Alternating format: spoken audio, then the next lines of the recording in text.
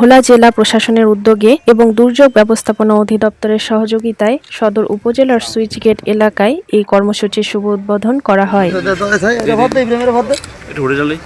2025-26 অর্থবছরে ইজিপিপি কর্মসূচির আওতায় বাস্তবায়িত এই প্রকল্পের শুভ উদ্বোধন করেন জেলা প্রশাসক ডক্টর শামীম রহমান। তিনি বলেন, গ্রামীণ অবকাঠামোর উন্নয়নের মাধ্যমে সাধারণ মানুষের জীবনমান উন্নয়ন করাই এই প্রকল্পের মূল লক্ষ্য।